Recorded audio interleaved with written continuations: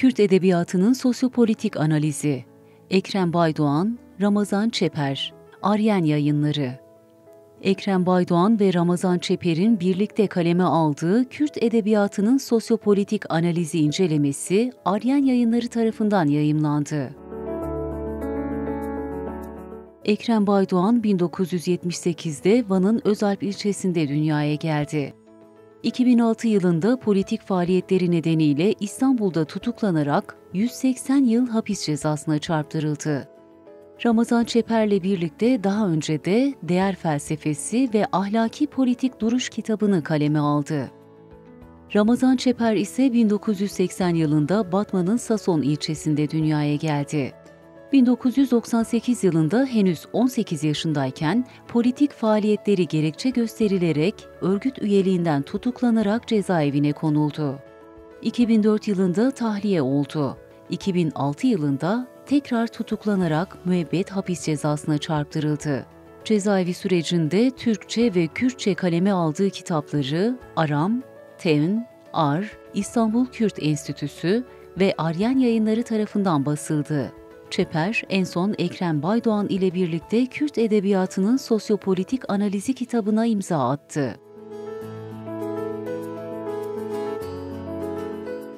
Kürt edebiyatının sosyopolitik analizi kitabında kapitalist sistemin edebi deformasyonu olarak nihilizm ve postmodernizm, edebiyat akımlarının devrimci eleştirisi, Kürt edebiyatının momentosu, sömürgecilerin edebiyatında Kürtler, neden apocu edebiyat, Marksist edebiyat ile apocu edebiyat arasında temel farklılıklar, apocu edebiyatın karakteristik özellikleri, kadın edebiyatı ile apocu edebiyatta kadın ve cinsiyet özgürlükçülük ana başlıkları karşılaştırmalı olarak etraflıca inceleniyor. Yazarlar, kapitalist modernitenin edebiyatı bireysel bir parkurda sunduğunun altını çizerek, bunun aksine sanatında, edebiyatında özü itibariyle kolektif edimler olduğunu, insanlığın ilk toplumsal örgütlülüğünden günümüze kadar örneklerle göz önüne seriyor. Neolitik çağın dili edebidir, şiirseldir. Bu çağa ait tüm tabletlerin şiirsel yazılması tesadüf değildir. Gılgameş destanının anlatıcısı kasıtlı bir dengbejdir. Mezopotamya'daki dengbejlerle Yunan coğrafyasında rapsotlar, destan anlatımını sözün armonisi içinde ustalıklı bir belagat biçiminde sunarken, aynı zamanda bunun ritmini, müzikal tonajını da oluşturmuşlardır.